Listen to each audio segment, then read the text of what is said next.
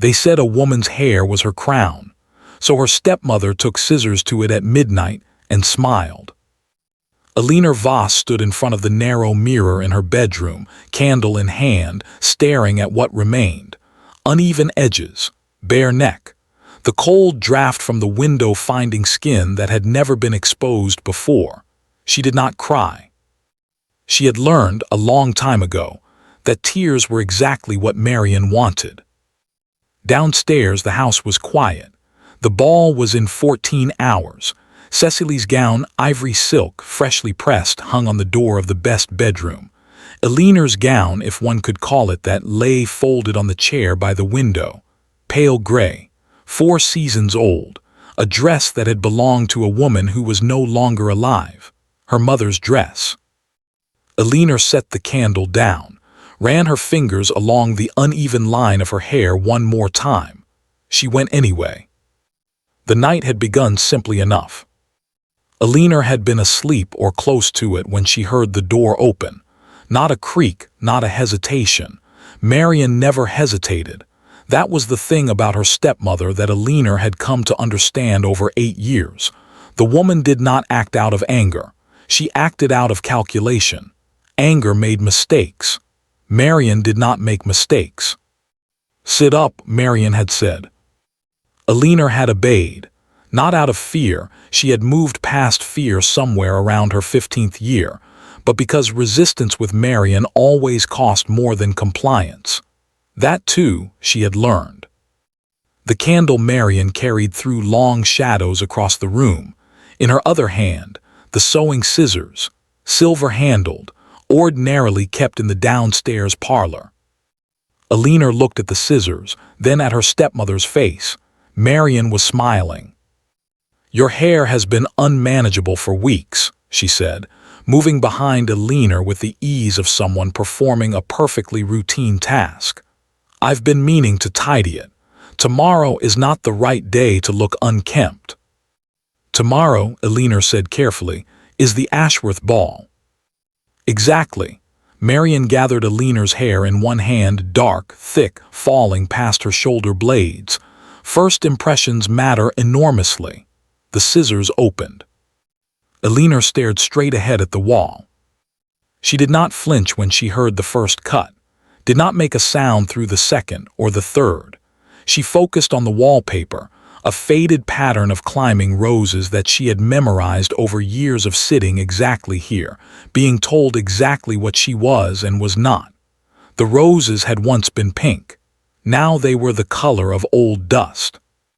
When Marion finished, she stepped back and tilted her head, studying her work with the mild satisfaction of someone who had trimmed a hedge. "Much better," she said, "more manageable." She left without taking the candle. Eleanor sat for a long moment in the flickering light, feeling the draft on her neck. Then she reached up slowly and touched the ends of her hair, uneven, jagged in places. The longest section fell just below her jaw, the shortest above her ear. She stood and walked to the mirror. She looked and she understood perfectly. This was not about tidiness. This was not about manageability. This was about the Ashworth ball and Lord Ashworth, the Duke, newly returned to society after 2 years abroad, and the fact that Marion had a daughter she intended to place directly in his line of sight. Cecily was beautiful. Cecily was polished. And Eleanor, standing beside her, was meant to be a contrast, a shadow. A reminder to anyone watching that the Voss family had one daughter worth looking at, and it was not the quiet one with the old dress. Marion was not cruel out of spite. She was cruel out of strategy, which in many ways was worse. Eleanor came down to breakfast the next morning, as though nothing had happened. Cecily noticed immediately. Her eyes went straight to Eleanor's hair, and something flickered across her face. Not guilt. Cecily never carried guilt for her mother's actions, but something close to discomfort, quickly smoothed over. "Your hair," she said. "Yes," Eleanor said and reached for the bread. Marion poured her tea serenely. "I think it suits her. There's something almost modern about it." No one responded to that. Their father, Baron Voss, a man who had made an art form of being present in body while absent in every other sense, read his newspaper and said nothing. He had said nothing for 8 years. Elinor no longer expected him to start. She ate her breakfast. She listened to Cecily chatter about the ball, the music, the gowns, the question of whether Lord Ashworth would dance at all, given his reputation for coldness. She folded her napkin when she was finished and excused herself and went upstairs to her room. She took her mother's gray dress out of the chair and shook it gently, held it up to the light. There was a small mend near the left seam that she had made herself 2 winters ago, invisible unless you knew where to look. She laid the dress on the bed. She looked at herself in the mirror again, the short, uneven hair, the plain face, the bare neck. Then she sat down and began to pin what remained of her hair with the same quiet, methodical attention she gave to everything. Marion had wanted her to stay home, had wanted her, if she came at all, to stand at the edge of the room and disappear. Elinor had been disappearing her entire life. She was rather tired of it. The carriage was cold. Cecily talked the entire way. Marion sat with her hands folded and her eyes on the passing dark, already somewhere inside the ballroom, already moving pieces across a board only she could see. Elinor watched the window. The Ashworth estate appeared first as lights, dozens of them, blazing from every window, turning the November fog gold. Then gates, then a long drive, then the sound of the horses slowing and the carriage door opening, and the cold air coming in sharp and clean. She stepped out last. She straightened her mother's gray dress. She walked through the door. She came anyway. The Ashworth ballroom was everything Elinor had expected, and nothing she had prepared for. She had attended balls before, smaller ones, quieter ones, the kind where the chandeliers were half-lit to save on candles, and the music stopped at 10. This was not that. This was 300 candles burning at full height, throwing light across marble floors and ivory walls, and the kind of crowd that filled a room not just with bodies, but with noise and perfume, and the particular energy of people who believed themselves to be exactly where they were supposed to be. Elinor stood just inside the entrance and took it in. Cecily had already moved ahead, drawn forward by instinct the way a compass needle finds north. Marion followed at a measured pace, gloved hand resting on the air beside her daughter's arm, guiding without appearing to guide. They were good at this, the two of them, moving through a room like they owned the floor beneath their feet. Elinor followed at a distance. She was used to that too. The receiving line moved quickly. A butler announced names in a voice trained to carry without shouting. Around her, women in silks of every pale color turned to greet acquaintances, assess rivals, calculate the room. Elinor kept her eyes forward and her chin level and tried not to think about her hair. She was not entirely successful. She felt it the exact moment the nearest group of women noticed. A pause in conversation.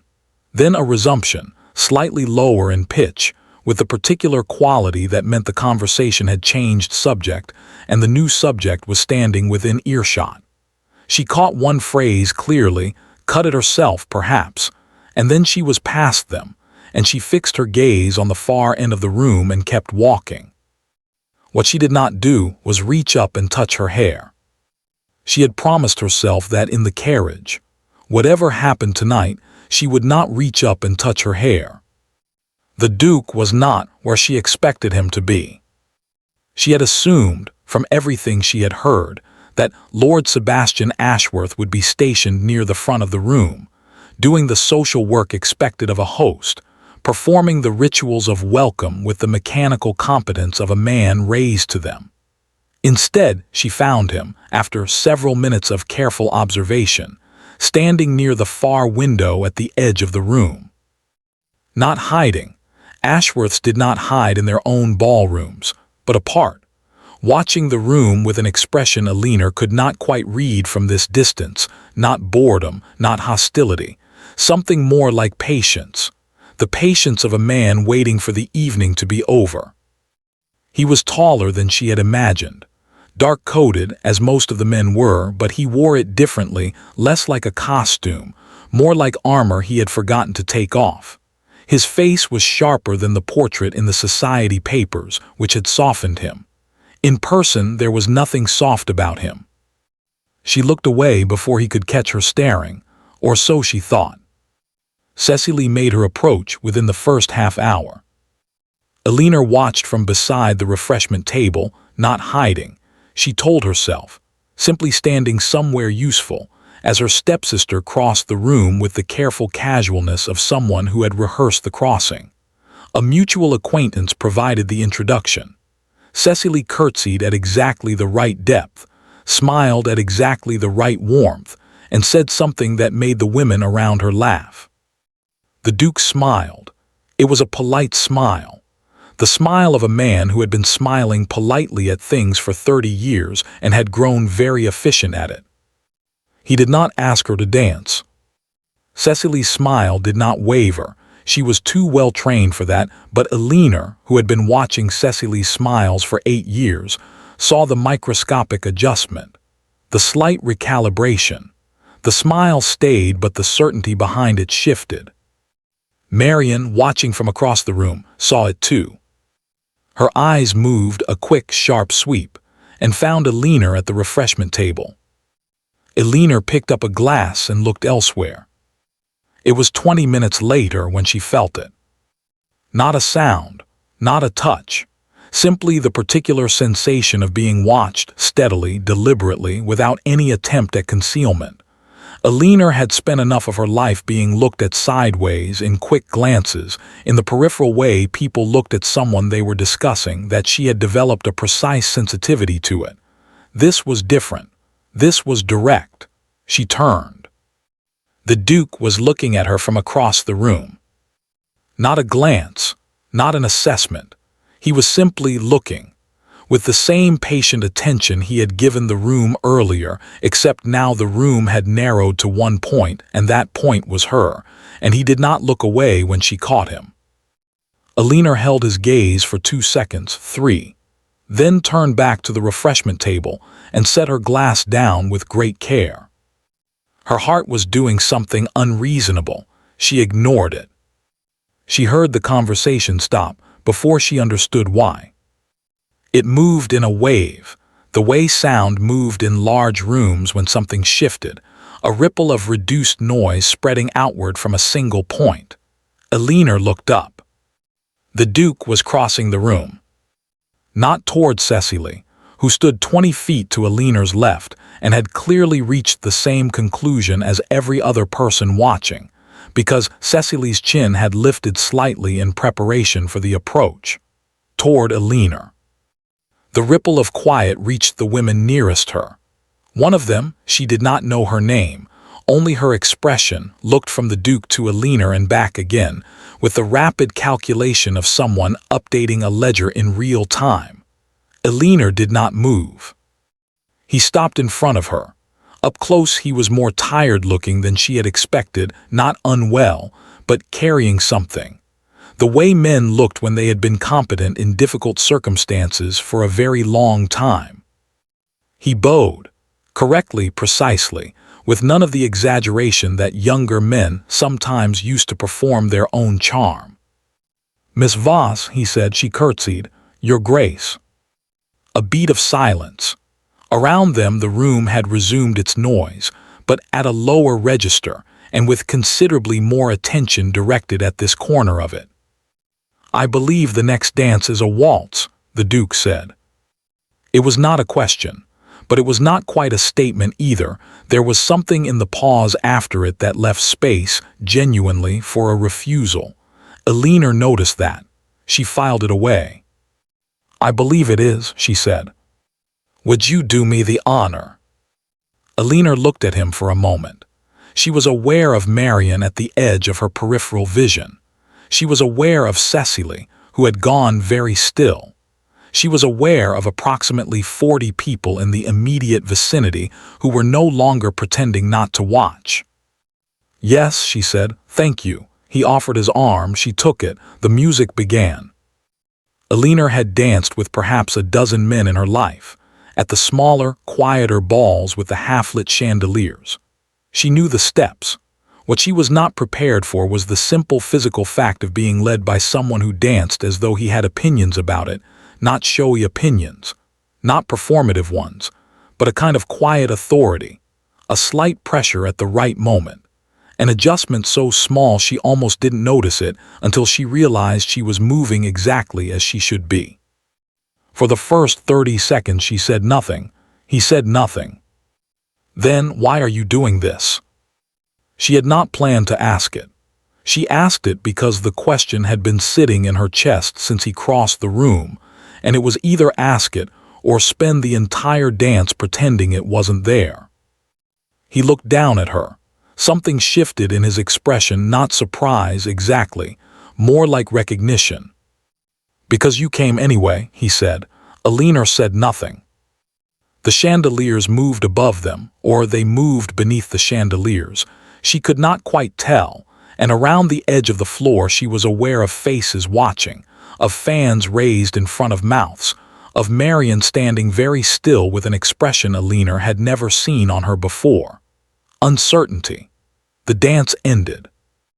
The Duke did not release her arm. "The next," he said, "if you're willing." In 1814, a second consecutive dance was not a small thing. It was a declaration made in full view of 300 people. It was the kind of thing that appeared in letters the next morning and conversations for weeks afterward. Both of them knew this. Alina looked at him. "I'm willing," she said. The room understood before Alina did. The second dance was a slower one. That made it worse or better depending on where you were standing. For the watchers at the edge of the floor it was better, more to observe, more time to observe it. For Marion, standing precisely where Alina had last seen her, it was considerably worse. Alina kept her eyes forward. She had made a decision somewhere during the first dance, a quiet, internal decision of the kind she made often, without ceremony, without announcement. She would not spend this dance looking for Marion's face.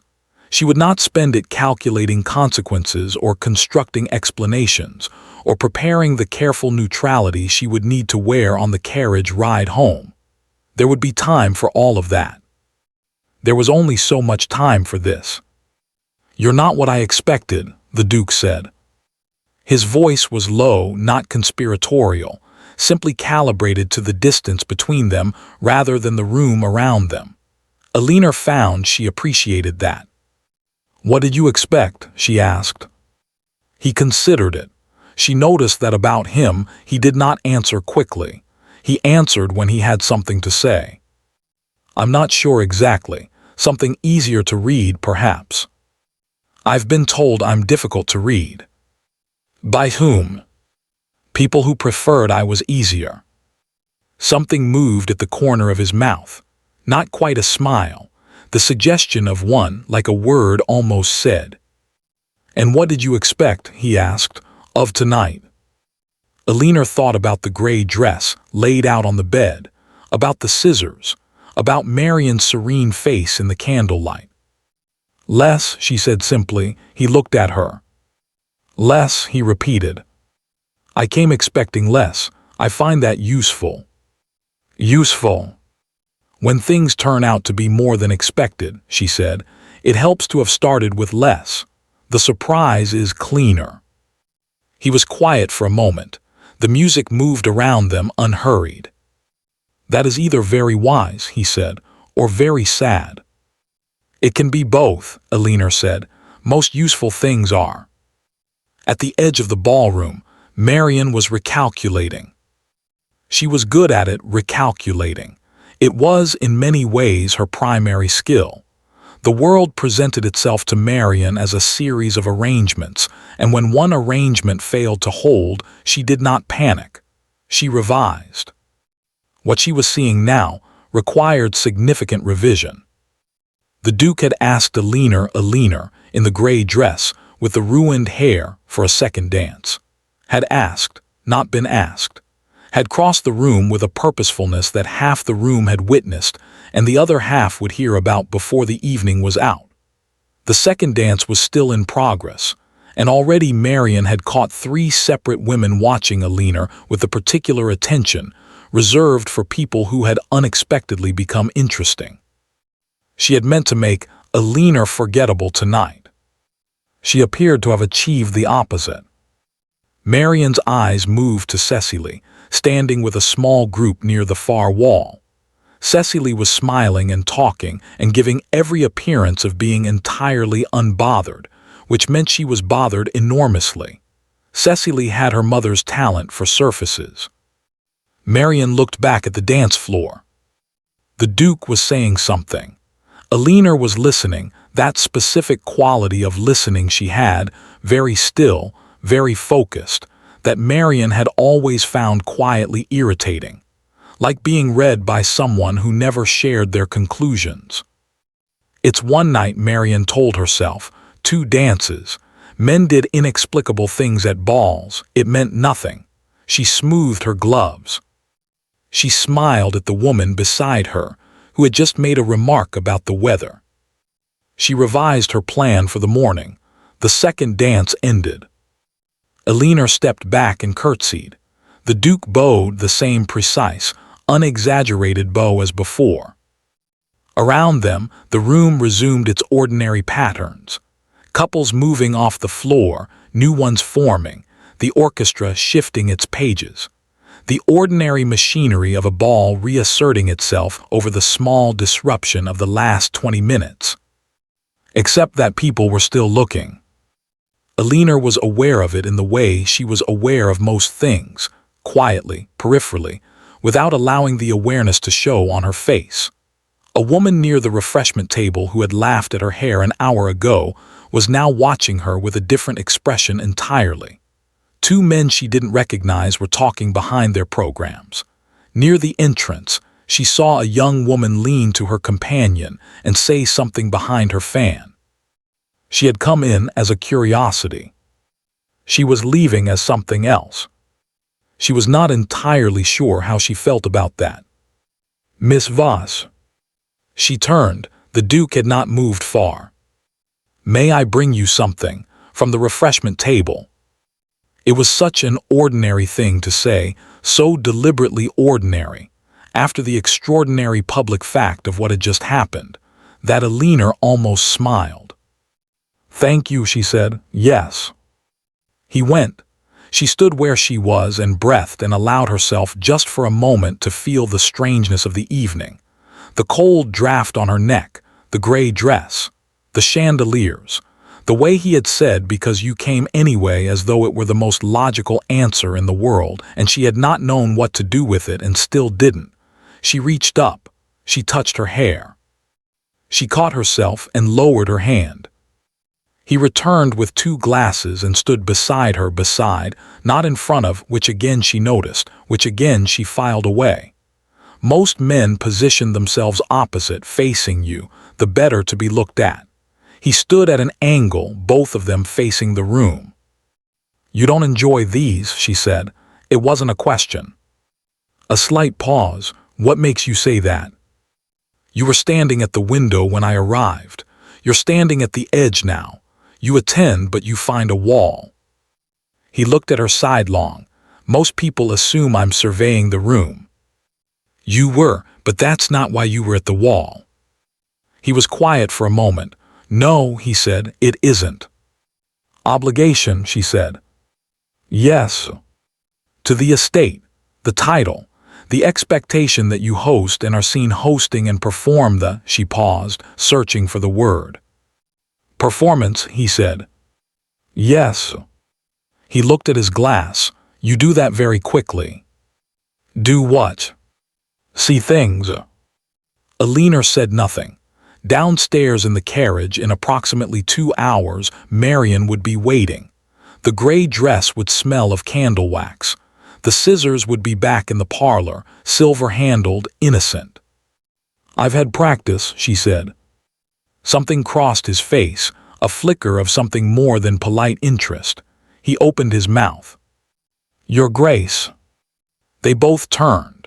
Lady Hargrove, the Duke's aunt, Alina recognized her from the society pages, had appeared at his elbow with the smooth inevitability of a woman accustomed to appearing exactly where she chose to be. "I believe Lord Fairfax is looking for you," she said to her nephew. Then her eyes moved to Alina with an attention so precise it felt like being measured. "And you must be the Voss girl." "Alina Voss," Alina said. "Yes." Lady Hargrove looked at her for a long moment, not unkindly, but thoroughly. The way someone looked at a document they were deciding whether to keep. "I knew your mother," she said. The room continued around them. The music started again. Somewhere across the floor, Cecily laughed at something and the laugh carried. Alina held very still. "Did you?" she said carefully. "Quite well, in fact." Lady Hargrove's expression gave nothing away. "We must talk. Not tonight. Tonight is not the right place." She glanced at her nephew. "Fairfax, don't keep him waiting." The Duke looked at Alina. Something in his expression said he was not pleased about being redirected, but he was too well-mannered or too experienced with his aunt to argue it. "Miss Voss," he said. "Your Grace," she said. He left. Lady Hargrove watched him go. Then she turned back to Alina with an expression that had shifted, still careful, but with something underneath it now. Something that looked, Alina thought, almost like relief. "Your hair," she said. Alina's chin lifted slightly. "Yes." "It wasn't your choice." It was not a question. Alina looked at her, this small, sharp-eyed woman who said she had known her mother and made a decision. "No," she said, "it wasn't." Lady Hargrove nodded once, slowly, as though this confirmed something she had already suspected. "Come and call on me Thursday," she said. 11 o'clock. She pressed a small card into Alina's gloved hand. "Don't mention it to your stepmother." Then she, too, moved away into the crowd. Alina stood alone for a moment, the card in her hand, the music rising around her. The room understood before Alina did. But Lady Hargrove, it seemed, had understood longest of all. The carriage ride home was quiet. That was the most dangerous kind of quiet with Marion. The loud kind, the sharp remarks, the pointed observations, the criticism dressed as concern, Alina had learned to navigate years ago. It had edges she could see and step around. This quiet was different. This was the quiet of someone who was thinking and thinking carefully and had not yet decided what they had decided. Cecily stared out the window. Alina kept her hands folded in her lap and watched the dark passing outside and waited. She did not wait long. "He'll lose interest," Marion said, not to Alina specifically, more to the air in the carriage, the way she sometimes spoke, as though narrating something that had already been determined. "Men like Ashworth are drawn to novelty. You were unexpected tonight, that's all it was." Alina said nothing. "Cecily made an excellent impression," Marion continued. "Lady Forsyth commented on it personally. These things take time. One ball is not a campaign." "Of course," Cecily said from the window. Alina looked at the dark outside and thought about a small card, pressed into her gloved hand. 11 o'clock Thursday. She had tucked it into the inside of her left glove and she could feel it still, a slight stiffness against her palm. She said nothing about that either. Sleep did not come easily. Alina lay in the dark and stared at the ceiling and listened to the house settle into its night sounds. The creak of the upper corridor, the distant close of a door, the eventual silence that meant Marion had stopped moving. She thought about what Lady Hargrove had said, "I knew your mother." Her mother had been dead for 11 years. Alina had been 8 when it happened, old enough to remember, young enough that the memories had the particular quality of things seen through water. A voice, a particular way of laughing. hands that smelled of rosewater. Her father had put the portrait away within the year and married Marion within 2, and the house had reorganized itself around the new arrangement with the efficiency of a body healing over a wound. Smoothly, completely, leaving only the faint raised line to show anything had ever been there at all. No one spoke of her mother. No one in 11 years had said I knew her with that particular weight, as though knowing her meant something specific, as though there was something to be known. Don't mention it to your stepmother. Eleanor closed her eyes. She thought about the Duke, the way he'd said because you came anyway, the way he'd stood beside her rather than opposite, the slight movement at the corner of his mouth that wasn't quite a smile. She allowed herself 30 seconds of that, and then she put it away, firmly, in the same place she put other things she couldn't afford to think about too carefully. Then she thought about Marion, who was recalculating, who was always recalculating, who would not, Eleanor knew with absolute certainty, simply wait and see. She was right. Marion began the next morning, over breakfast, with the lightness of someone making pleasant conversation. I spoke with Mrs. Alderton last night, she said, pouring tea with great serenity. She sits on the committee with the Duchess of Ashworth, the Duke's mother, you know, formidable woman, very particular about the family name. Eleanor buttered her bread. Apparently the Duchess has strong views about suitability, Marion continued.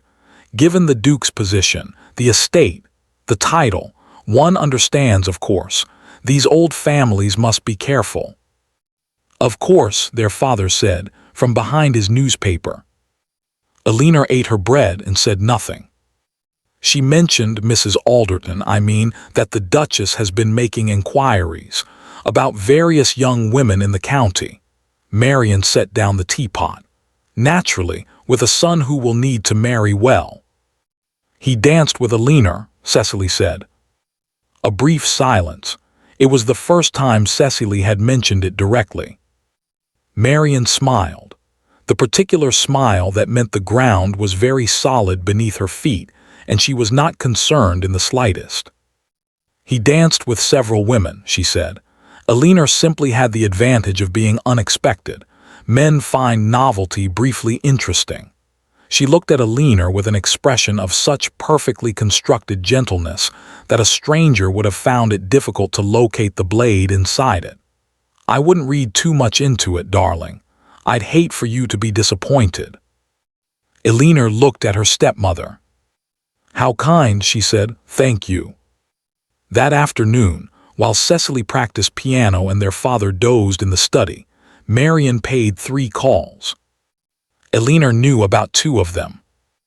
The first was to Mrs. Alderton, who did indeed sit on a committee with the Duchess of Ashworth, and who was the kind of woman who collected information the way others collected porcelain, carefully, with an eye for value, and always with a sense of whom it might be worth showing.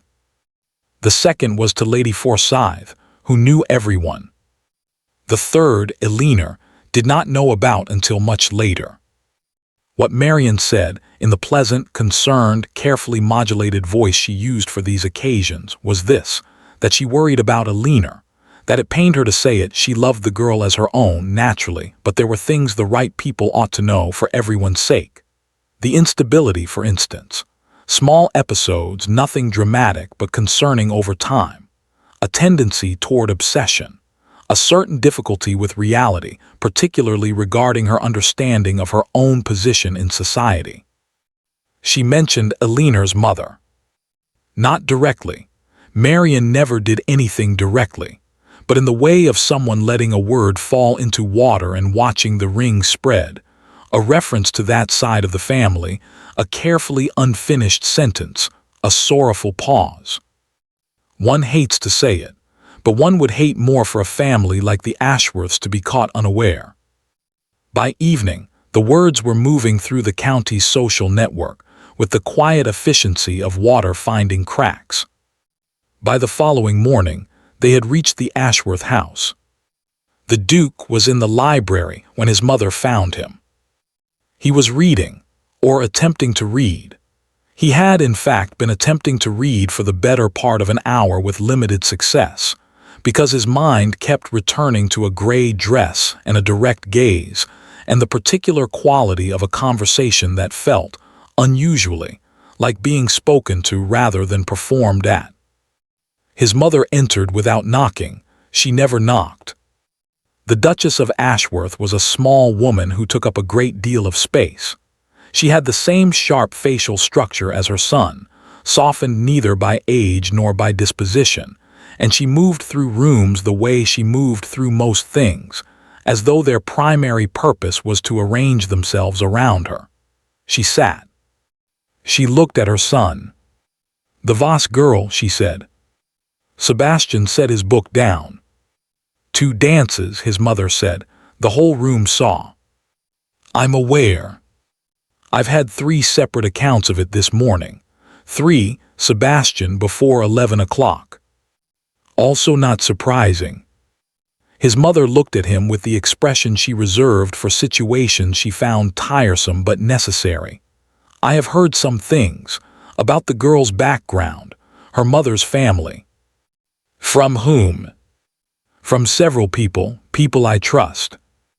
Sebastian was quiet for a moment. He thought about the way Alina had said, "I've had practice," not with bitterness, not with self-pity, with the simple flatness of a fact stated so many times it had worn smooth. He thought about the way she'd stood in the entrance of the ballroom for a moment, very still, and then lifted her chin and walked in. "What sort of things?" he said carefully. His mother told him. He listened. His face, by long habit, gave nothing away. When she finished, he said, "That came from somewhere specific." "It came from several places." "Which all heard it from the same place." He looked at the window. The grounds were gray and wet, November asserting itself across the gardens. "I'd like to know where it started." "What does it matter where it started if?" "It matters considerably where it started," he said, with a quietness that was not gentle. His mother studied him. "Sebastian, the estate requires." "I know what the estate requires." He picked up his book. "I'd like to verify what I've been told before I act on it. That seems reasonable." The Duchess pressed her lips together. Then she stood, smoothed her skirts with the precision of someone concluding a meeting rather than leaving a room, and walked to the door. "The Whitmore dinner is Friday," she said. "The Voss family will be there." She left. Sebastian sat for a long moment with his book open on his lap, unread. Then he reached for his writing paper. He wrote 2 letters, one to his secretary asking for inquiries to be made, quietly, specifically, about the origins of several rumors currently circulating in the county. The second letter he held for a long time before he sealed it. Then he set it aside. It could wait for now. Alina, meanwhile, had been counting days. Thursday, 11 o'clock, 2 days away. She pressed her hand flat against the inside of her left glove, feeling the small, stiff rectangle of Lady Hargrove's card against her palm, and looked out at the gray November gardens, and waited with the patient, practiced stillness of someone who had learned that waiting was the only power she reliably possessed. Lies travel faster than the truth. But the truth had better stamina. Thursday came and went. Alina arrived at Lady Hargrove's townhouse at precisely 11 o'clock, was shown into a small, warm sitting room that smelled of bergamot and old books, and sat across from a woman who looked at her the way very few people had ever looked at her, as though she were worth the full attention. They talked for an hour. Lady Hargrove asked questions. Careful ones, specific ones, the kind that were not really questions but invitations. "Tell me about your mother. Tell me what you remember. Tell me what you were told." Alina answered carefully in return, giving only what felt safe to give, withholding the rest with the instinct of someone who had learned that information, once offered, could not be recalled. What she did not tell Lady Hargrove, the scissors, the gray dress, The 8 years of small, precise cruelties that left no marks. What Lady Hargrove did not tell Alina, why she was asking. They parted with warmth and without answers, which Alina found both frustrating and, in some way she couldn't quite name, reassuring. People who gave answers too quickly were usually giving you the answers they had prepared. Lady Hargrove was clearly still deciding what to prepare. Alina went home, removed her coat, and told Marion she had called on a school friend. Marion smiled and said how lovely. Alina smiled back. The Duke did not come to the Whitmore dinner.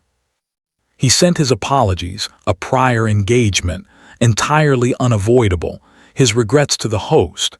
Standard language, unverifiable. Alina heard it from across the table as the soup was being served and absorbed it with the same quiet efficiency she absorbed most things. She did not look at Marion. She did not need to. She could feel the small pulse of satisfaction coming from that direction, as clearly as she could feel the draft from the window. The dinner continued. Cecily was placed near a viscount who seemed genuinely charmed by her. Their father discussed hunting with someone to his left.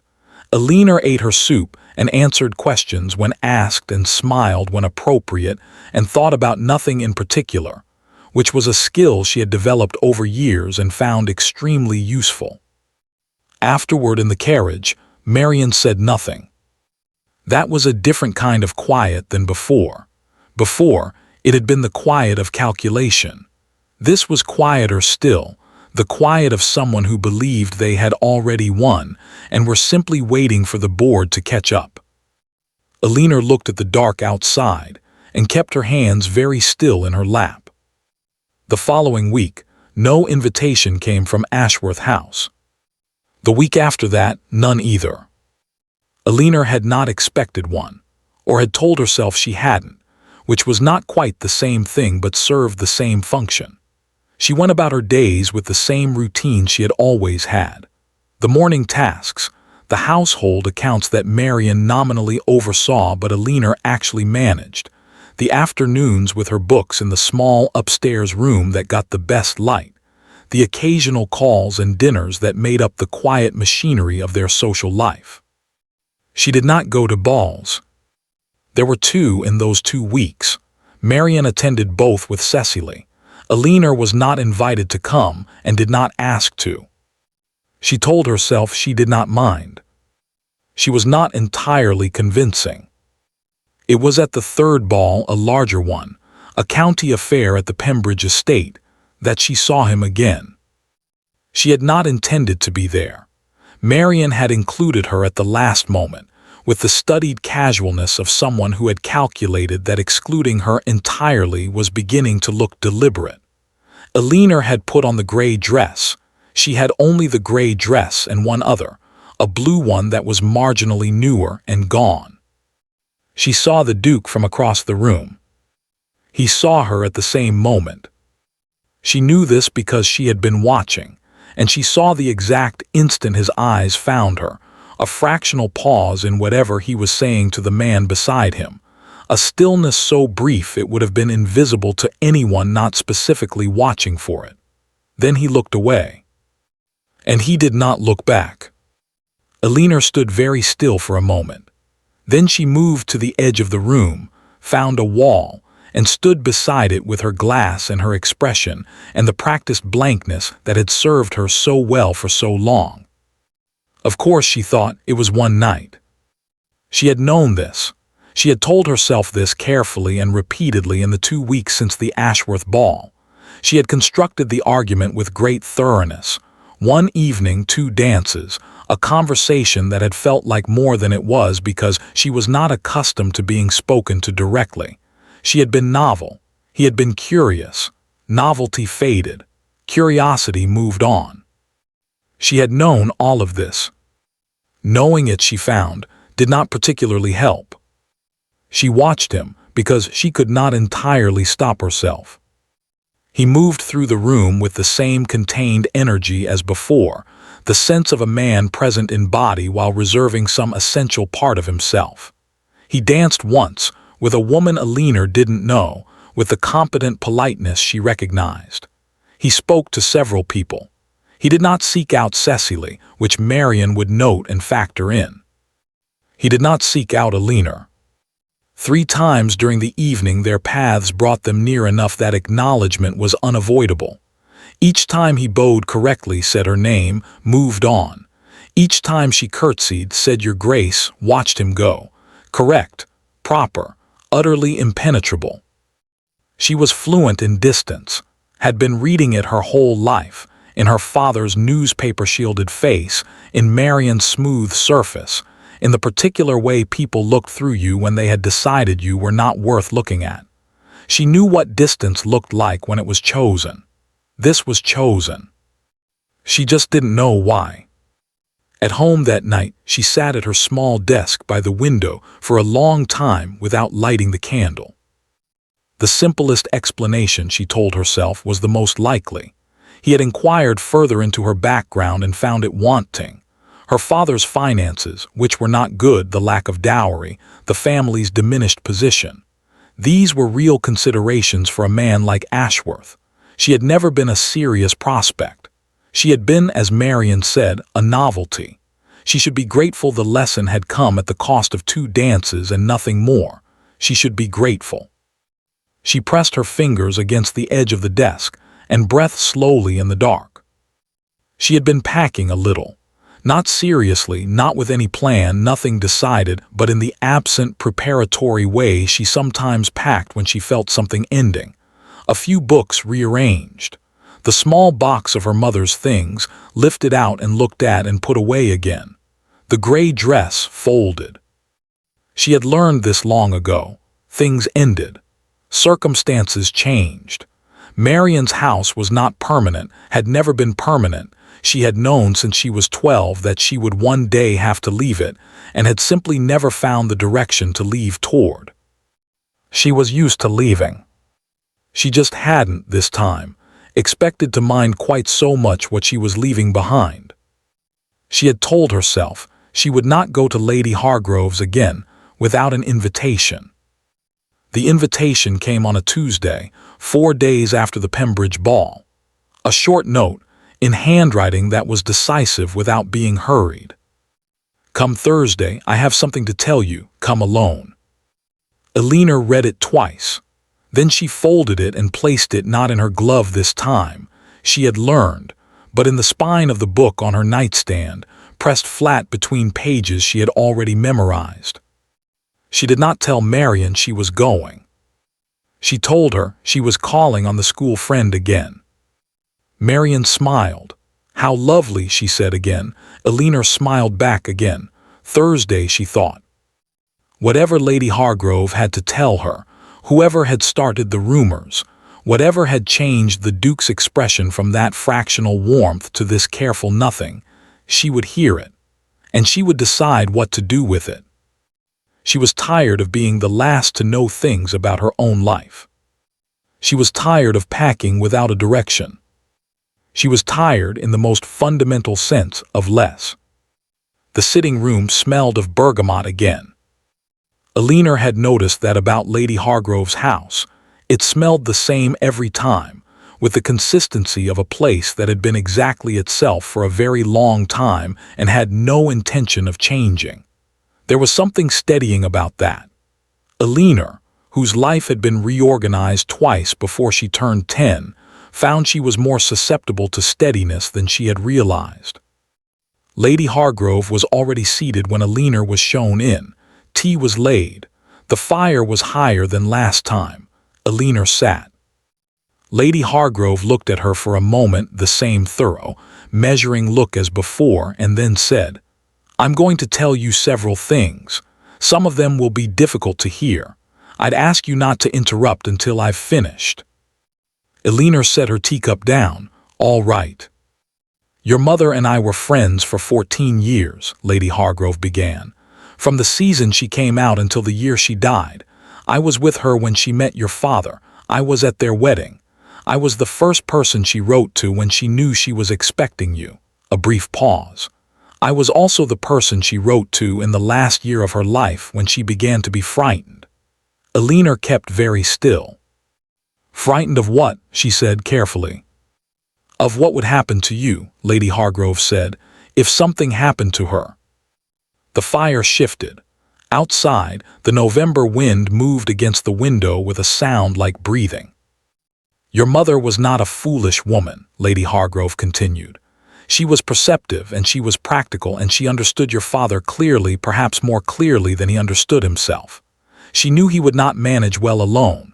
She knew he would remarry. And she knew, with the particular knowledge of a woman who has spent years reading a household, that whoever came next would not," she paused, choosing the word, "prioritize you." Eleanor said nothing. "In the last months of her life, your mother made arrangements, practical ones. She spoke with a solicitor, she wrote letters, and she made one significant agreement with a man she had known since childhood and trusted completely." Lady Hargrove looked at Eleanor directly. "The late Duke of Ashworth." The room was very quiet. "What kind of agreement?" Eleanor said. Her voice came out level. She was distantly proud of that. "A betrothal agreement," Lady Hargrove said. "Conditional, properly drawn, witnessed and signed. Between you, you were not yet 8, and the Duke's son, Sebastian." She folded her hands in her lap with the composure of someone who had been holding this information for a long time and was finally, carefully, setting it down. "Your mother's reasoning was simple. She wanted you protected. She trusted the Ashworth family." The late Duke agreed. He had known your mother since she was a girl, and he was a man who honored his word. The agreement was made to take effect when you came of age at your discretion, not a command, a safeguard. Eleanor looked at the fire. She was aware of her own breathing, in and out, slow and even, the way she breathed when she needed to think and could not afford to feel until the thinking was done. "My mother died when I was 8, she said. "Yes. And my father—" "Your father was not told." Lady Hargrove's voice was precise. "Your mother did not trust him with it. The agreement was held by the Ashworth family solicitor and by me. Your father knew nothing of it, which meant Marion knew nothing of it," Eleanor said. "Correct." Eleanor was quiet for a long moment. "Then, but Marion knows now." It was not a question. She could see it, the shape of the last 2 years, the last 8 years, rearranging itself around this new fact. Marion's particular focus on the Ashworth family. The way she had positioned Cecily, season after season, always circling that specific target. The scissors, the night before the ball, when it had looked, finally, concretely, like Eleanor might be seen.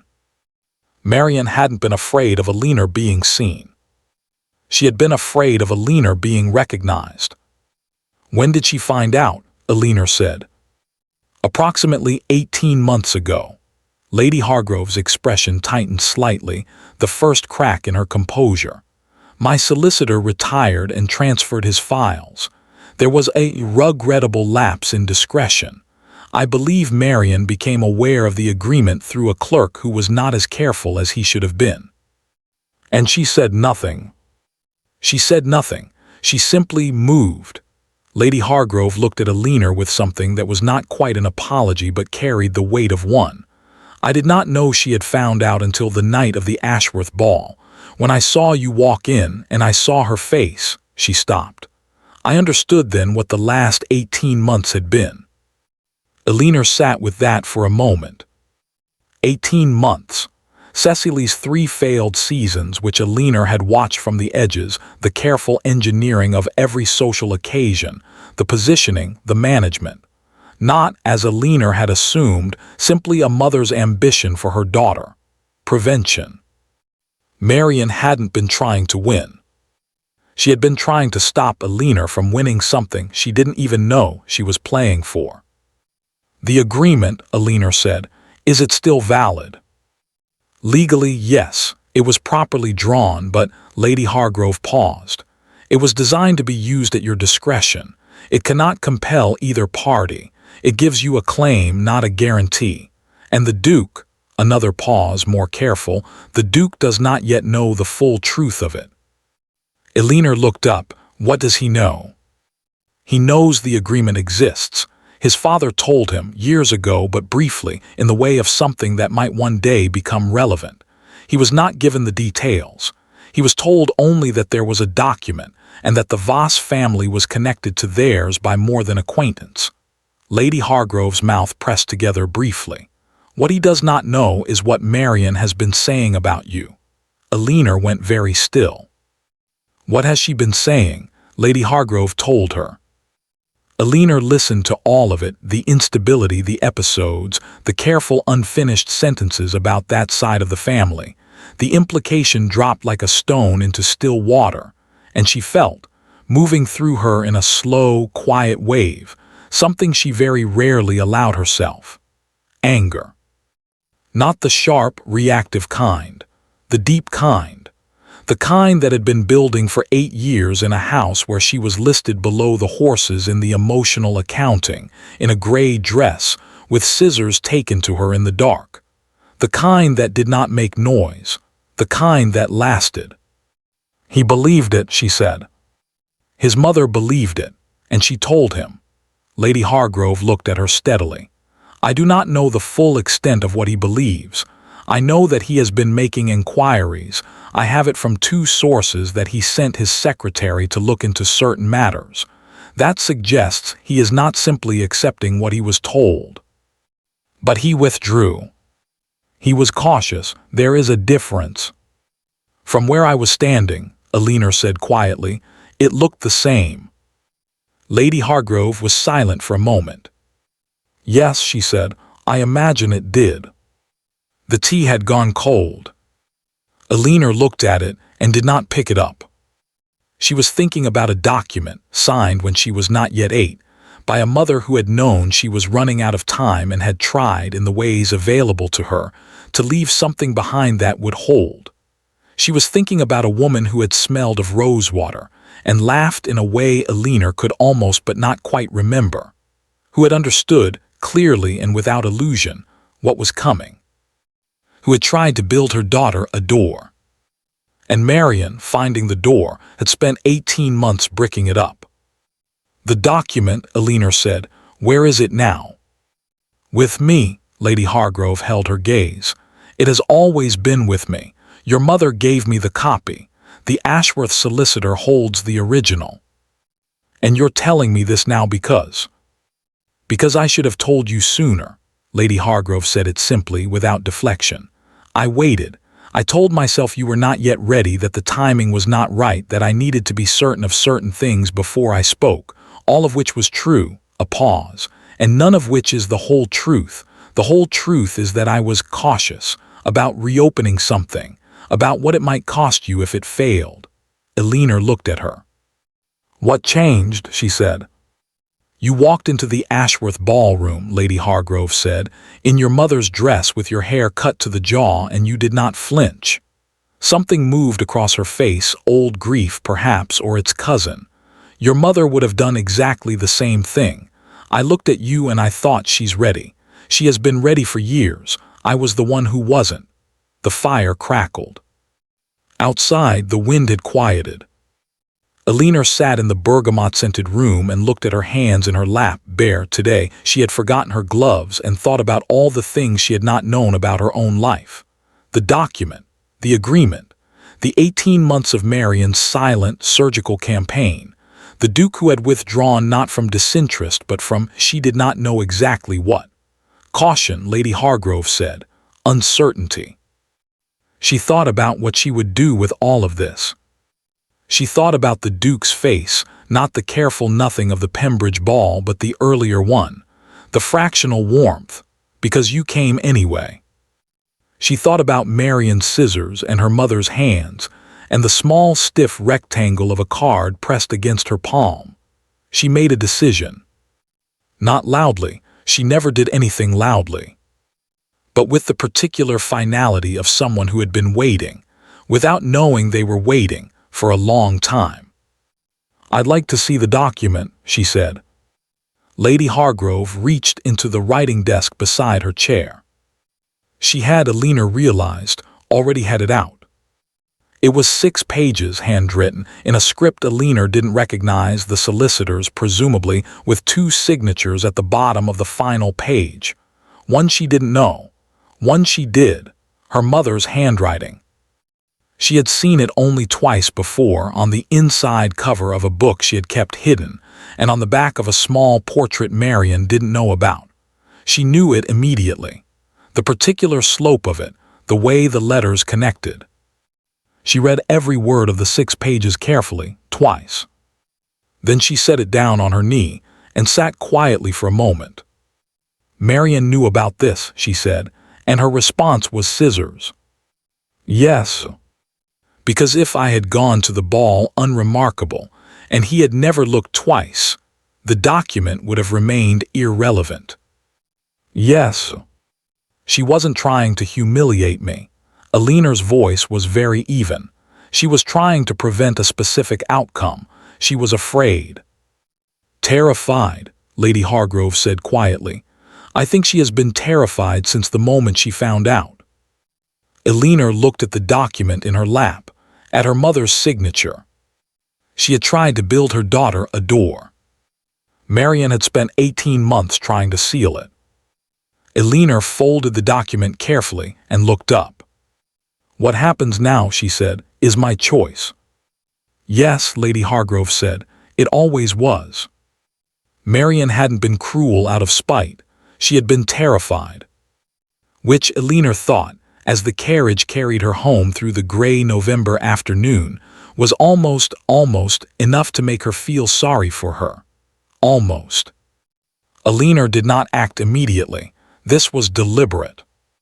She had learned, over years of living with Marion, that the worst thing you could do with a decision was rush it.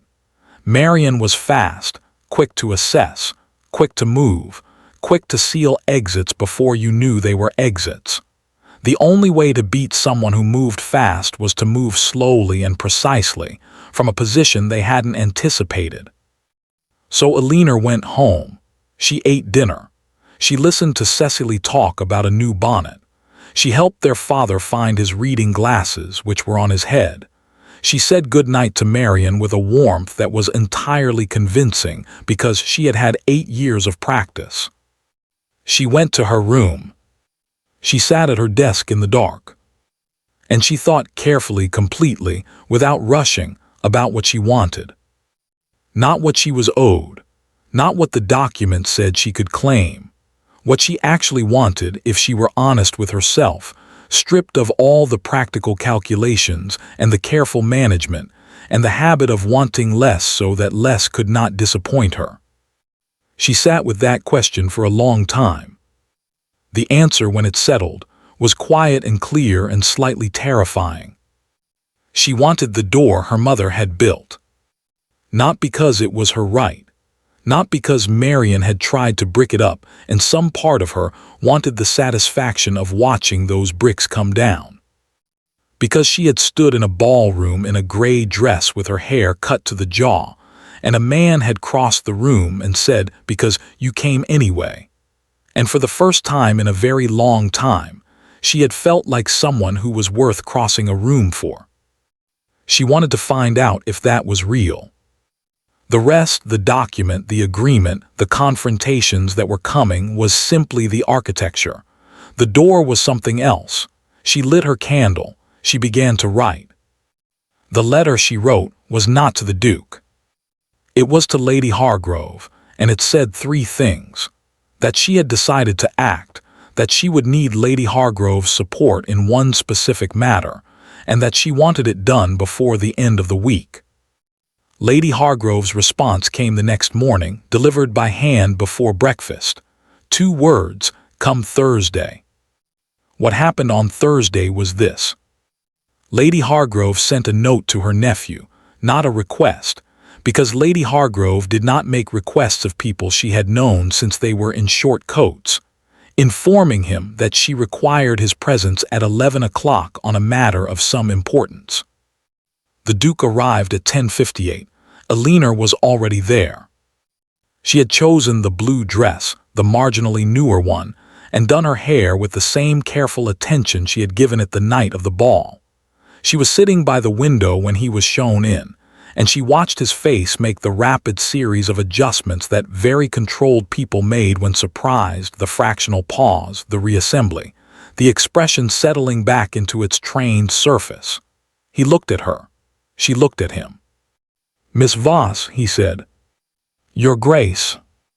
Lady Hargrove, seated by the fire with the serenity of someone who had arranged considerably more complicated things in her time, gestured to the chair opposite Alina. "Sit down, Sebastian." He sat. Lady Hargrove looked at him for a moment. "I'm going to tell you something, and then I'm going to show you something. And then," she said, with the precision of someone laying out the rules of a game, "the two of you are going to talk, without me in the room, because I am too old to sit through conversations that have been delayed for 8 years. The Duke's eyes moved to Alina. Alina looked back at him steadily. Lady Hargrove told him about the document, all of it, the agreement, Alina's mother, the solicitor, the 18 months of Marion's campaign. She told it without embellishment, in the clear, factual voice of a woman delivering a report. She told him what Marion had said about Alina. She told him where it had started, how it had traveled, and precisely how it had reached his mother's ear. She told him what Alina's mother had signed and why. When she finished, the room was very quiet. The Duke had not moved during any of it. He sat with the stillness of someone applying a great deal of effort to remaining still, and Alina, who was watching him with her full attention, saw, beneath the surface, something that was not anger exactly but was adjacent to it, something compressed. Lady Hargrove set the document on the table between them. "The original is with the solicitor," she said. "This is Alina's copy." She stood, which in a woman of her authority was equivalent to a closing statement. "I'll be in the next room, I won't be listening." She looked at her nephew. "Sebastian, don't be an idiot." She left. The door closed. Neither of them spoke for a moment. Alina looked at the document on the table and did not pick it up. The Duke looked at it too, then at her, then at the window, where November was doing its gray, relentless work outside. "She told me you were unstable," he said, not accusatory, careful, the voice of someone testing the weight of something. "I know what she told you." I didn't entirely believe it. "But you withdrew." A pause. "My mother." "I know," Alina said. "Lady Hargrove told me." She looked at him directly. "I'm not asking you to explain it. I'm telling you what it looked like from where I was standing." He held her gaze. "What did it look like?" "Like one night," she said, "2 dances, a conversation I had perhaps assigned more significance to than it warranted, and then nothing." She kept her voice level. "I've had practice with nothing. I managed." Something shifted in his face. "I should have." "Yes," she said quietly, "you should have." Not unkindly, simply precisely, the way she said most things. He was quiet for a moment. Then, "You're not going to make this easy." "I've made things easy for people my entire life," Alina said. "I find I'm less interested in it than I used to be." The corner of his mouth moved, not quite a smile, but closer than she had seen since the ball. "The document," he said. "Yes. My aunt said it was drawn at your discretion, that it cannot compel either party." "That's correct. So you're not here to enforce it?" "No," Alina said. "I'm here because—" She paused, and in the pause she felt the slight terrifying vulnerability of being about to say something true without the protection of careful management. "I'm here because I want to know if what happened at the ball was real, and I would rather know that from you directly than spend the next year wondering." He looked at her for a long moment. "It was real," he said. Simply, without qualification, the way he answered things when he had thought about them enough to be certain. Alina absorbed that, let it sit where it settled. "Then," she said, "there are some other things that need to happen first." What happened next was Marion. The Duke sent a note that afternoon, formal, specific, unarguable, requesting the presence of Lady Marion Voss at Ashworth House the following morning at 10 o'clock. Not an invitation, a summons, dressed in the language of courtesy and carrying the full weight of what it actually was. Elinor was not there for it. She had considered asking to be. She had decided against it, not because she was afraid she was past that, but because this particular thing did not need her in it. She had said what she needed to say to the people who needed to hear it. What happened in that room was the Duke's to manage. She found out afterward from Lady Hargrove, who had it from 2 sources by noon. Marion had arrived composed.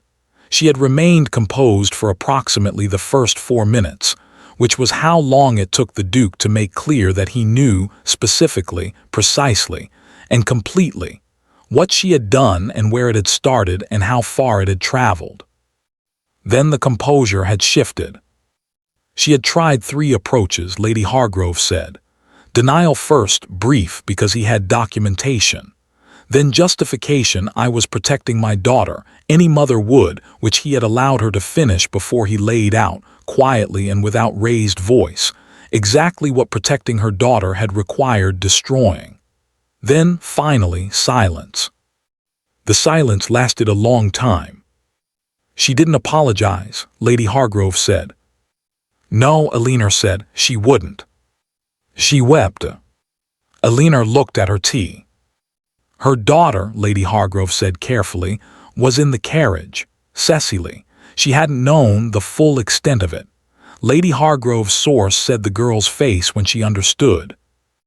I know, Elinor said. She did know.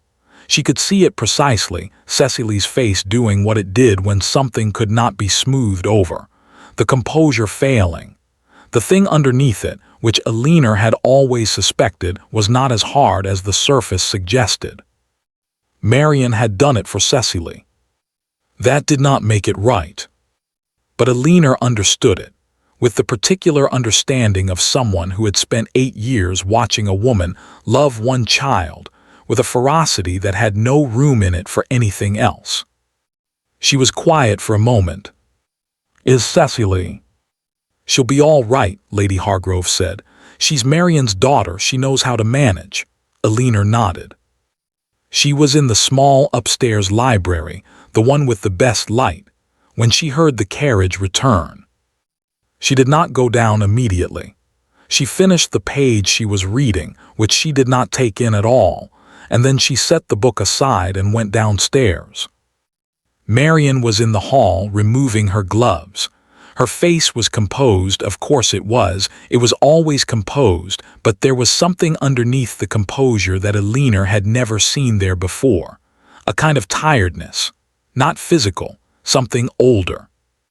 They looked at each other. Marion opened her mouth. Elinor waited.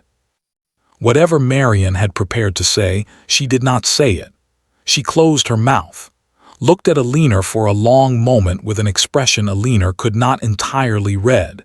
It had layers to it, too many to separate quickly. Then she said, "Your mother would have been pleased."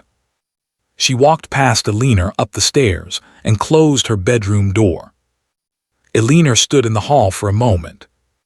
Then she went back upstairs to her library. She sat in the chair by the window. The November light came in flat and gray and honest, the way it did, without embellishment. She thought about her mother's handwriting, the particular slope of it. She thought about a door, built quietly in the last months of a life that knew it was ending. She thought about scissors and gray dresses, and 8 years of learning how to want less. Cecily cried, she heard later from the maid who knew everything and said nothing except to the cook. Not for the Duke, for her mother, who had ruined everything for nothing. Elinor thought about that for a long time, for nothing. Except that it had not been for nothing, not exactly. Marion had been terrified, and she had acted from that terror with the full force of everything she had, and it had cost her considerably, and in the end it had cost Cecily too. That was the thing about fear, Elinor thought. It was always expensive. And it always sent the bill to someone else. That evening, a small package arrived from Ashworth House. Inside, no letter, just a single book, one she had mentioned in passing during the ball.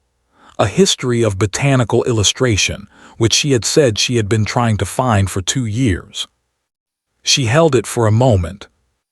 Then she set it on her desk beside the candle where the light fell on it. He had listened. Of course he had. She did not smile. She sat with it quietly, the way she sat with things that mattered, carefully, fully, without rushing. But something in her chest, which had been held very still for a long time, moved. She would have to ask to be asked properly, she had said.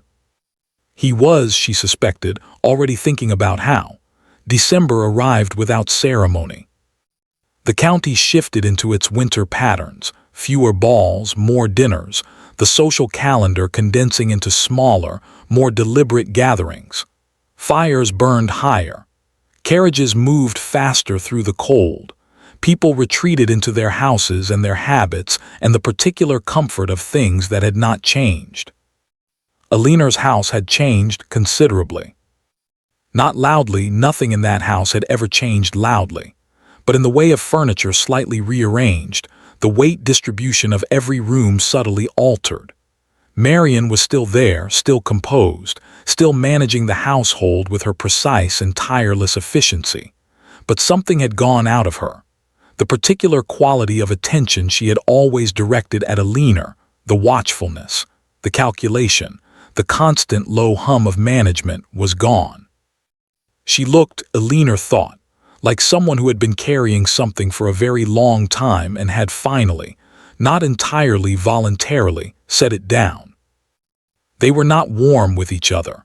Aliner did not expect that and did not want it. Warmth required a foundation, and there was none here, only the bare ground of what had happened and the question of what to build on it, if anything.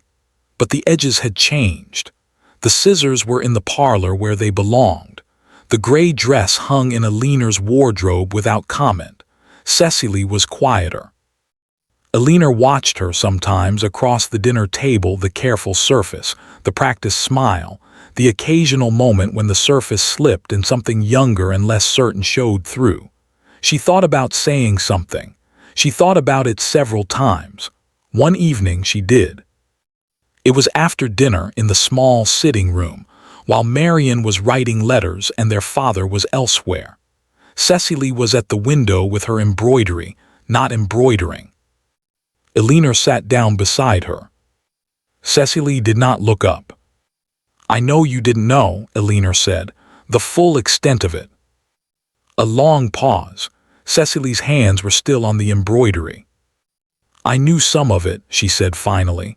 Her voice was careful in the way of someone who had decided to be honest and was finding it more difficult than expected. "Not the document, not all of it, but I knew she was." She stopped. "I didn't ask questions I didn't want the answers to." Aliner looked at the window. The dark outside, the cold pressing against the glass. "That's honest," she said. "It's not admirable." "No," Aliner agreed, "but it's honest." Cecily was quiet for a moment, then very low, "I am sorry for my part in it." Aliner looked at her stepsister. At the profile she had looked at across tables and carriages and ballrooms for 8 years, always at a slight angle, always from the position of the one who was less. She thought about Marion weeping in a carriage, and the cost of fear, and what it did to the people closest to it. "I know," she said. She did not say it's all right. It wasn't entirely, and she was done offering comfort that wasn't earned. But she meant what she said. She knew, and knowing was a beginning, and beginnings were more than nothing. Cecily looked up. Her eyes were bright in the way of someone who had been expecting less. Aliner almost smiled. Some things she thought were catching. The Duke called on the second Thursday of December. Formally, correctly. He sent a card the day before and arrived at precisely the stated hour, which Aliner noted and appreciated. Their father was present, drowsy but upright in his armchair.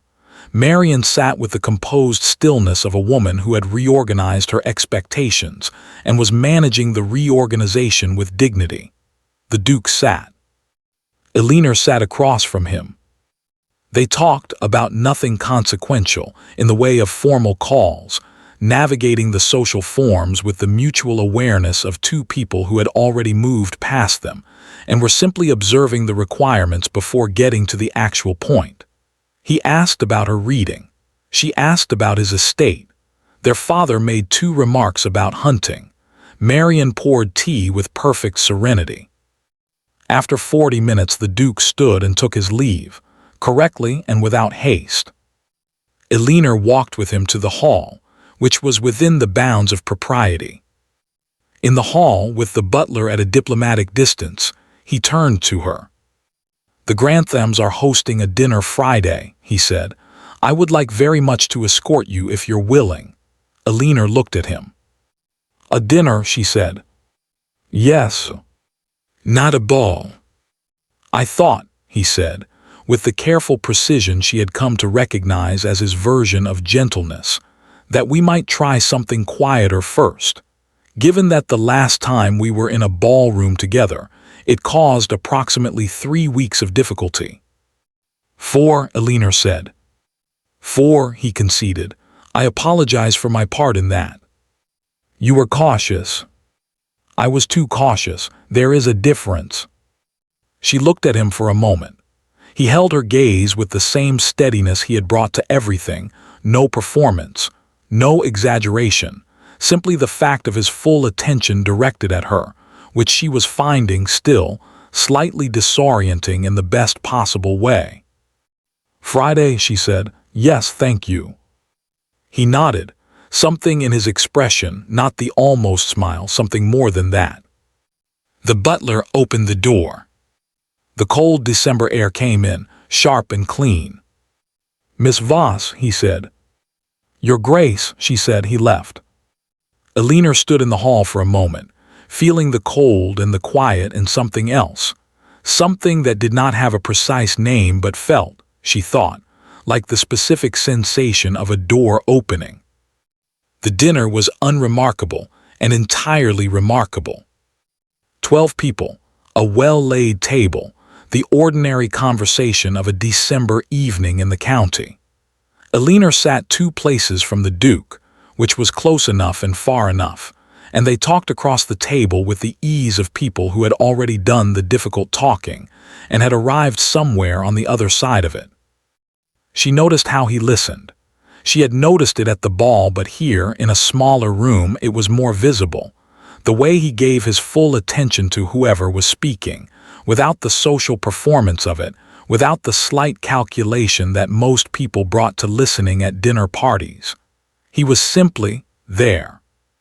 She noticed that he noticed when she was uncomfortable, a particular guest who addressed her twice with a slight edge that she deflected smoothly, and that he redirected the conversation both times with such seamless ease that it appeared entirely accidental. It was not accidental. She thought about the book, the botanical illustrations sitting on her desk in the candlelight. He had listened.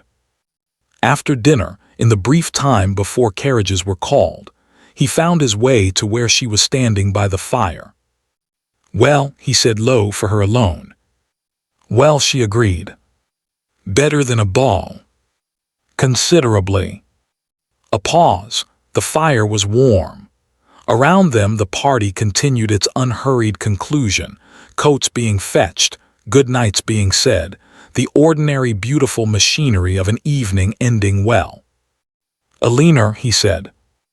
It was the first time he had used her name, not Miss Voss, her name. Quietly, simply, as though he had been thinking about how it sounded and had decided to say it. She looked at him. "I should like to call on you again," he said, "regularly, with intent." With intent. In 1814 this was a precise and serious phrase. Both of them knew exactly what it meant. Elinor held his gaze. "You'll have to ask properly," she said. He looked at her for a moment. Something moved across his face, the almost smile, and then more than the almost smile, and then a full, genuine, unhurried smile that she suspected very few people had seen, because it was not the kind of smile that was performed. "I intend to," he said, "when the time is right."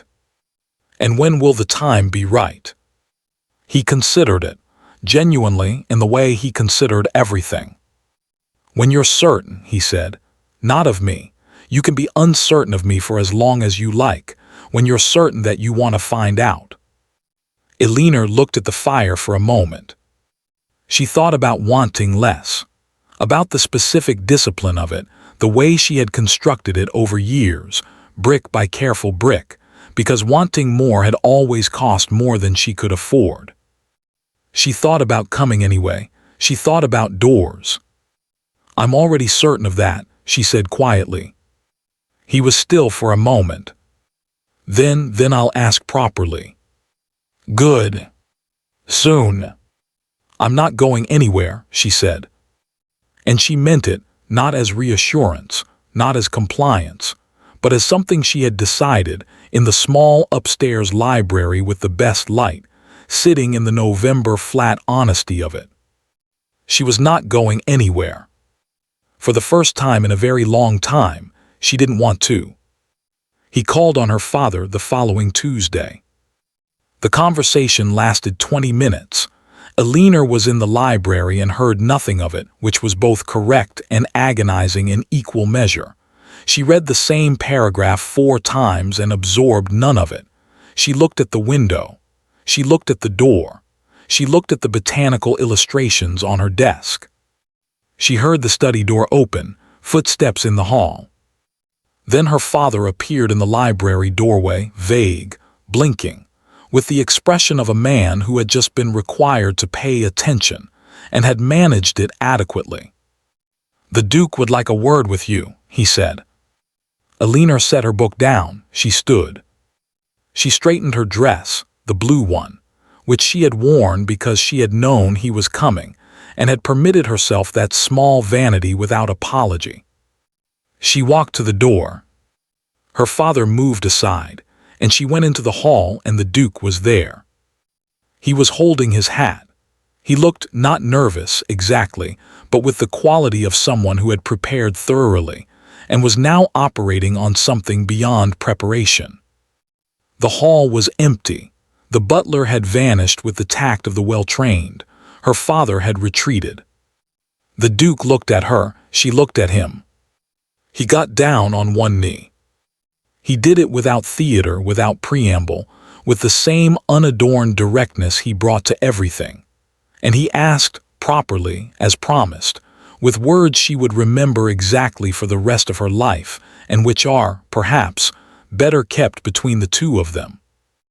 Eleanor stood in the hallway of her father's house in the blue dress, with her short hair, and her mother's ring on the finger. It had been intended for from the time she was not yet 8 years old. She looked down at him. For the first time in years, for the first time since she could remember, really she laughed. Not the polite kind, not the managed kind, the real kind that came from somewhere she had kept locked for so long she had almost forgotten it was there. He looked up at her with an expression of complete, unguarded delight. "Is that a yes?" he said. "That," she said, catching her breath, "is absolutely a yes." He got to his feet. He was smiling the real smile, the unperformed one, and she was still laughing slightly. And outside the December light came through the hall windows cold and bright, and entirely indifferent to the fact that something had just shifted, quietly and permanently, in the arrangement of two people's lives. "You laughed," he said. "I did," she agreed. "I wasn't sure if I'd ever," he stopped. "You have now," she said. She came anyway, she always had. And it had made all the difference, 2 years later. The Ashworth Spring Ball was, by general consensus, the event of the season. This was not unusual.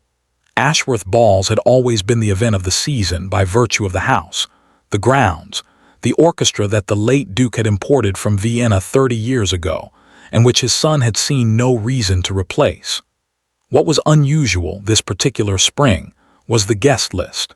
Or rather, not the guest list itself, but the particular energy in the room, the sense of a gathering that had been anticipated not merely socially, but with something approaching genuine curiosity. People wanted to see her. The Duchess of Ashworth, the new one, the second one, the one the county had been discussing for 2 years with the particular relish reserved for stories that had exceeded expectations, was, by now, well known. She had been seen at dinners and calls and smaller gatherings throughout the winter and the preceding year. She was known to be direct and quiet and unexpectedly amusing to those who paid attention. She was known to have a library that had doubled in size since the marriage. She was known to have, on one memorable occasion, corrected a cabinet minister on a point of botanical history with such pleasant precision that he had thanked her for it. She was known above all for her hair. She had not grown it. This had been discussed at length in the way things were discussed when there was nothing actually objectionable about them, but people felt compelled to discuss them anyway. It was unconventional. It was notable. It was, some said, a statement, though they disagreed about what it was a statement of. What had happened, gradually and without anyone planning it, was this. It had become fashionable. Not immediately, not universally, but in the way of things that begin as anomalies and end as references. First, one young woman at a winter assembly had appeared with her hair cropped short, and then another, and by spring there were half a dozen, and by the following season there were enough that no one remarked on it as remarkable. There was even, Eleanor had heard with a particular private amusement, a name for it in London, something French, naturally, as the fashionable names always were. She had not encouraged it. She had simply continued, worn her hair as she wore it because she liked it, because she had grown accustomed to the cold draft on her neck and the freedom of it, and the way she could feel the wind properly when she was outside, because it was hers. Because a woman named Marion had taken scissors to it in the dark, intending it as an ending. And it had been, instead, a beginning. She was at the mirror when Sebastian came in. He did this, appeared without announcement, which she had told him was a habit she found both endearing and occasionally startling, and which he had shown no signs of correcting. He stopped behind her, met her eyes in the mirror. "Ready?" he said. "Nearly." He watched her finish pinning the last piece into place. She had her own style now, the short hair arranged with a simplicity that required more skill than it appeared to. His eyes were on her in the mirror, with the same quality of attention she had never entirely grown accustomed to, the full, unhurried kind that did not require anything of her except to be exactly as she was. "Cecily arrived," he said. Eleanor's hand stilled slightly, then continued. Cecily had been invited, Eleanor had invited her, which had surprised everyone, including, she suspected, Cecily. They were not close. Probably they would never be close. But they had arrived at something, a cautious, honest, occasionally awkward something that was better than what had come before. They had tea once a month. They talked about things that were not Marion, and occasionally about things that were. Marion was in Bath. She had gone in January, quietly, with the compressed dignity of someone who had decided that reinvention was preferable to remaining in a place that had witnessed her worst self. She wrote to Cecily. She did not write to Eleanor, and Eleanor did not expect her to. "Good," Eleanor said. "I'm glad she came." Sebastian looked at her in the mirror for a moment. "You're generous." "I'm practical," she said. "There's a difference." "With you," he said, "there usually isn't." She looked at him in the mirror, this man who had crossed a room, who had listened, who had got down on one knee in a hallway and asked properly, who had turned out to be, in the quiet, unhurried way of things that were actually true, exactly what she had suspected he might be, beneath the contained surface and the careful management and the years of competence in difficult circumstances. Worth crossing a room for. As it turned out, in both directions. There, she said, done. She turned from the mirror. He offered his arm. She took it, the same gesture as the first dance, the same physical fact of it, and yet entirely different in the way that everything was both the same and different when you had chosen it freely, and it had chosen you back. They walked to the door.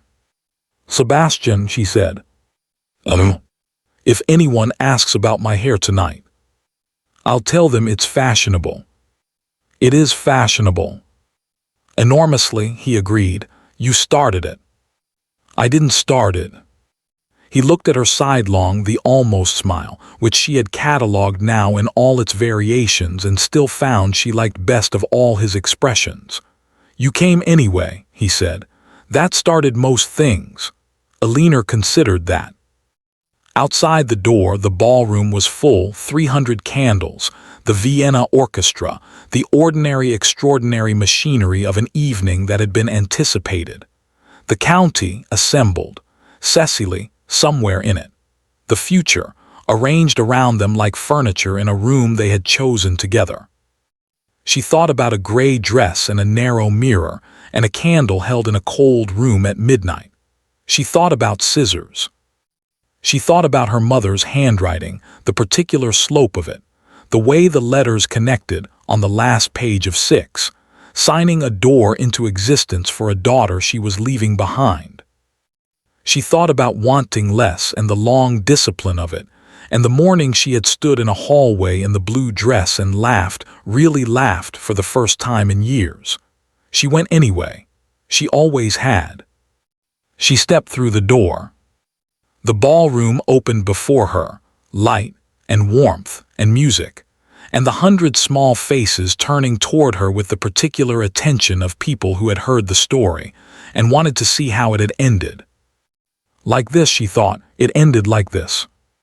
The scissors had been meant to humiliate her. Instead, they had made her unforgettable. Thank you for listening to the story all the way to the end.